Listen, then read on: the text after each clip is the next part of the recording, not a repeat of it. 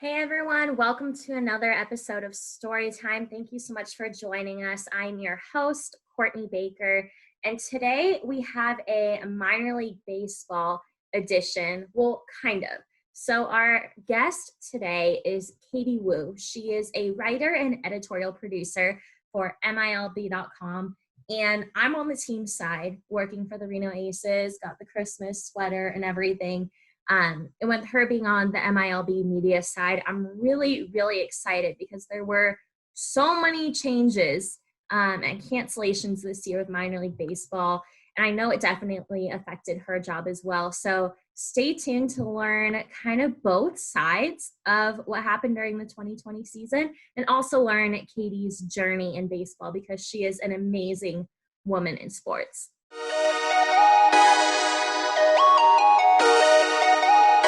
Welcome back, everyone. I am super excited because I have MILB.com writer and editorial producer Katie Woo with me. Katie, how is your week going? It's going great, Courtney. Thanks so much for having me on. Of course. So I have to start at the very beginning because working in minor league baseball, I know from firsthand experience how much you have to love the game to be a part of it. It's a grind. The pay's not there. So what really started your love for baseball? I mean, you definitely nailed it there. Minor league baseball is for the baseball enthusiast, and that is a nice way of saying the baseball obsessed. I have always loved baseball. It's been my favorite sport since I was a kid. I grew up in the Bay Area, so most of my childhood, I remember my dad taking my brother and me to either Giants games or A's games, and sometimes my mom would come along.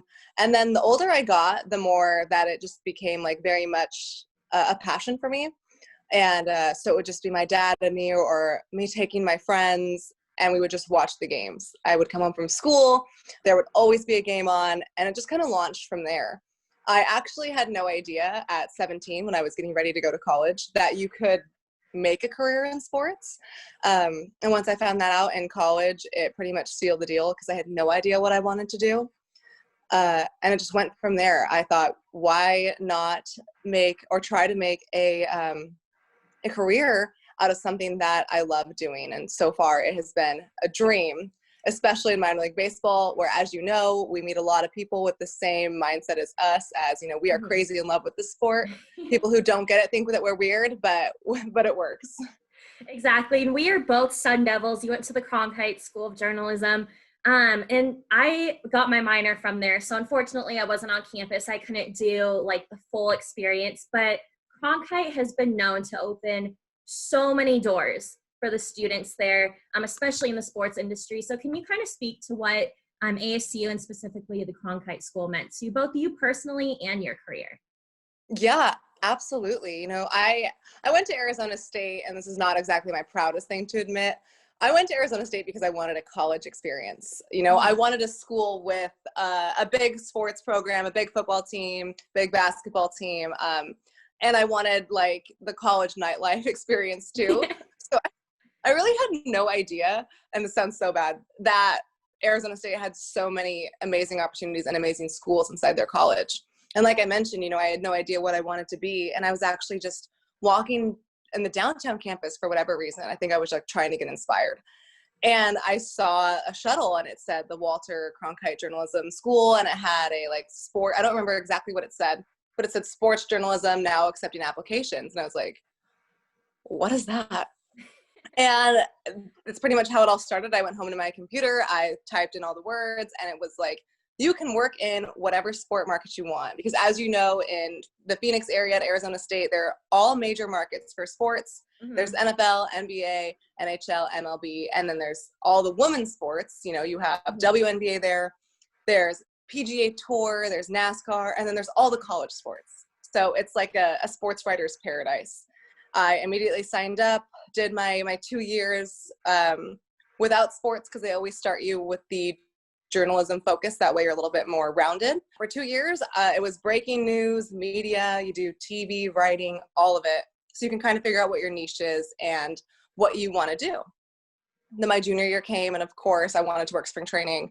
And I cannot speak to the Cronkite School enough for the opportunities they provided there. I mean, I did spring training twice. I was able to connect with so many people and do so many internships. I actually was selected to the MLB.com internship after I graduated, and I was assigned to the Padres. And that was all Cronkite. They were the ones that set up the in-person interviews, that had the recruiter for the spot come to the school. If whatever you want to do, whether it's in sports or news or music or broadcasting or politics, there is something for you at the Cronkite School, and I could not recommend it enough. There's absolutely no way I would be anywhere close to where I'm at right now if I did not go there. That's so cool. And with you working with the Padres, now watching them this season, how exciting was that? Like, could you have kind of seen it coming a couple years ago? Were you surprised at all? Or were you like, oh, I already knew that they were going to be one of the top teams? You know, in 2018, there was not a lot to really focus on maybe at the major league level towards the end of the season. So I spent a lot of time either covering other teams or covering the minor league system. And then, of course, spending a year at minor league baseball. And into this year, we have talked Padres nonstop. So it was not really surprising to see them be this good. It was surprising to see the acquisitions they made, like Manny Machado. Mm-hmm. But I mean, Fernando Tatis Jr., everyone knew from, 2016, 2017, he was going to be special. He was going to be a star. So watching that Padres team, which looks vastly different, I think there's maybe 3 guys on the team that were there when I was covering the team. I was super excited, but more I was excited for the people that work there and the fans. I mean, the people in the San Diego area, both media members and the fans that I've met on Twitter, they deserve it. I mean, I think they've been starved for fun for quite a while. So it was fun to see a team that impacts so many people that I like and that I've met and have enjoyed working with, and have them, get a little happiness too.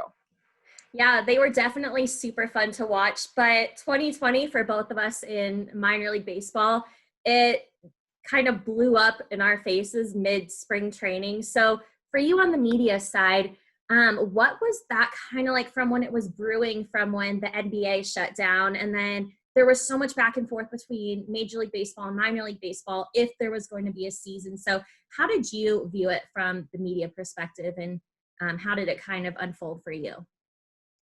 It's a good question. I was actually at spring training when everything shut down. I was hopping around camps. I'm pretty sure I was on my way to either Dodgers or A's camp when we had this emergency town hall meeting, all MLB employees, because even though I am with MILB, MLB Advanced Media still oversees it. It's kind of weird. So we all had to jump on, and it was like, yeah, they're going to shut spring training camps down. We all got to return home. And I was like, okay, this is weird. And so naive. Everyone that I was talking to, including myself, was like, okay, yeah, it'll be a couple weeks, but they'll figure it out. We'll get a normal season in. It'll be fine. And as you know, Courtney, it was absolutely not fine. It's crazy to think about. From March to April, we pretty much were shut down. We were still able to do scouting reports. We were still able to talk to prospects about what their season would be like, what they were hoping to achieve. And then, April started, and we were nowhere close, any sports or society really, to figuring out what was going on. And then we started to panic a little bit. We were like, wait a second, if there are no professional sports coming back for any time period, there's definitely not going to be minor league baseball coming back, maybe at all this year. So huge props to the MILB.com editorial staff. They are so creative. My editors are super creative in figuring out fun niches to make the players relevant during that time from April to the draft in June. There was virtually no baseball going on. It was every week you'd find out something new, but it wouldn't help you in any way. I mean, it kind of just felt like we were all in purgatory. We had no idea what was going on, but the whole no news is better than bad news thing definitely played in. Around June, it was pretty much decided that there was not going to be a season. It was not going to be feasible in the minors.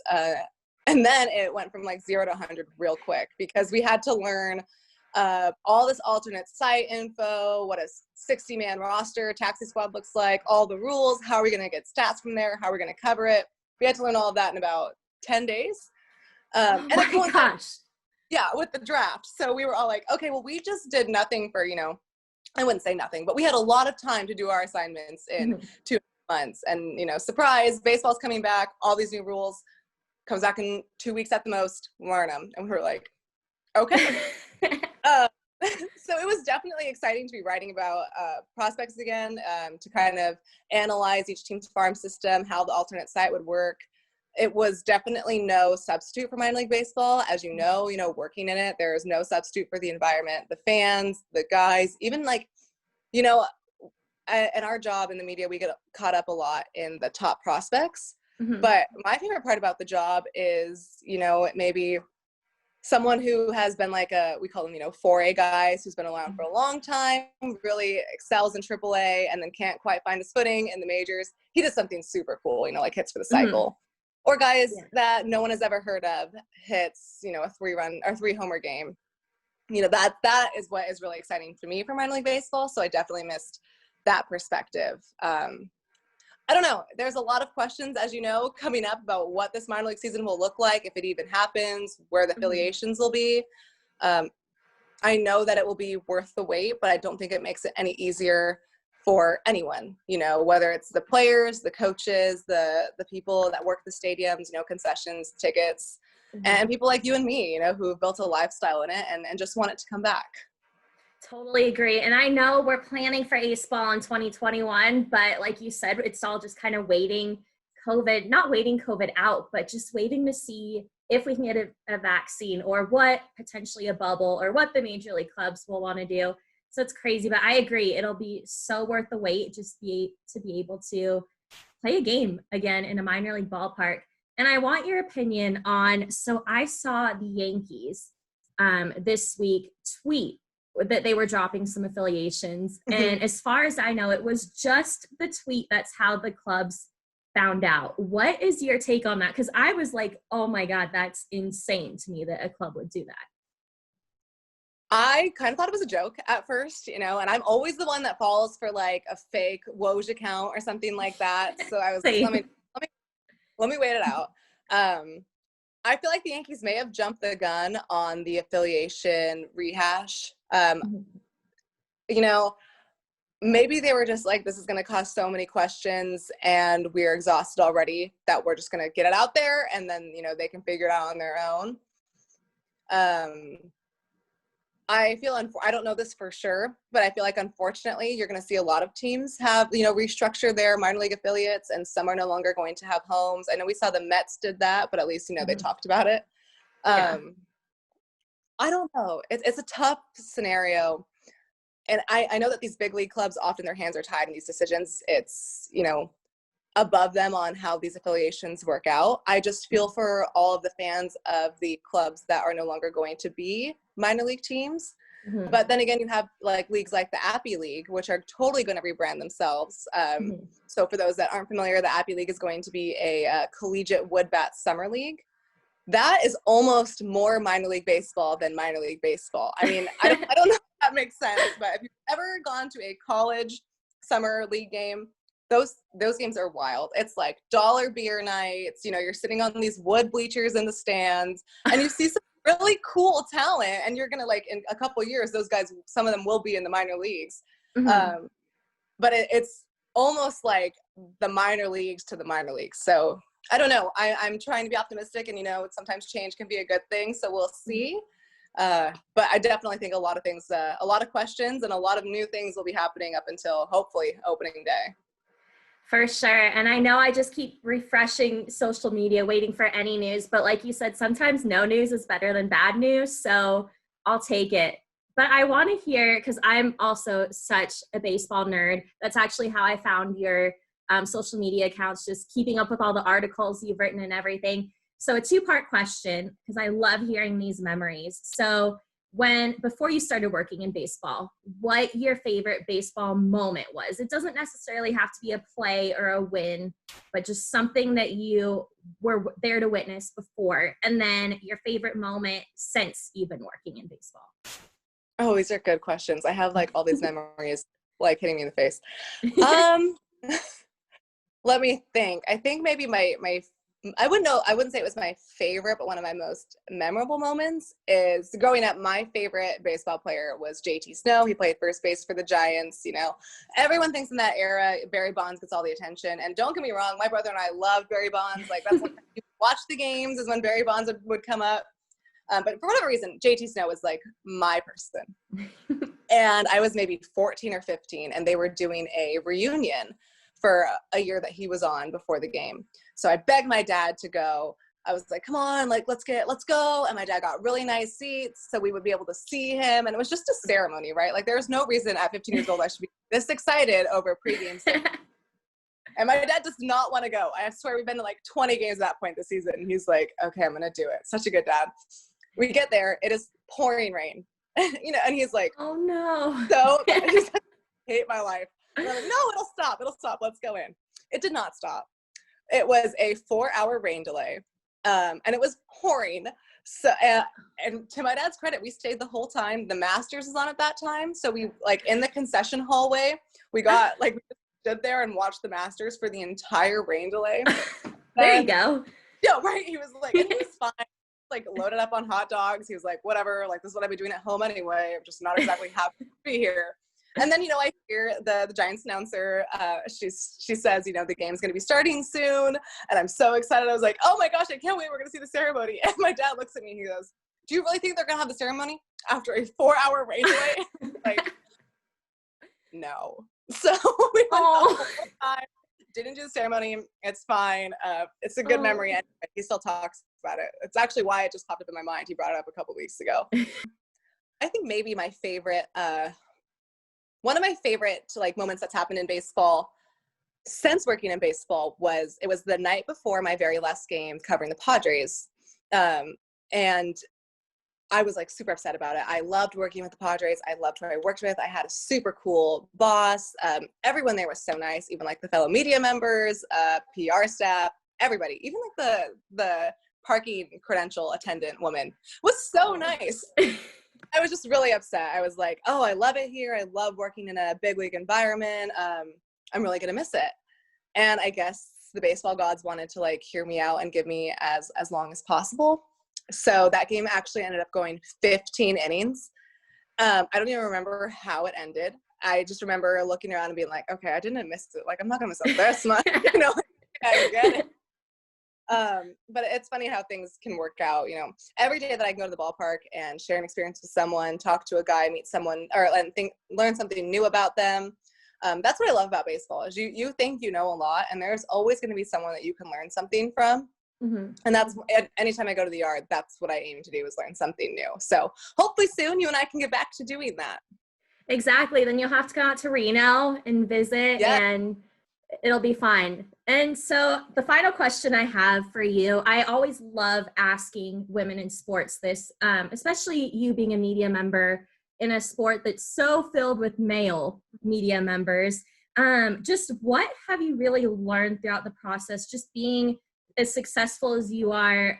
What challenges have you seen, and what advice would you give for people that want to follow in your footsteps, specifically girls, be a media member in baseball?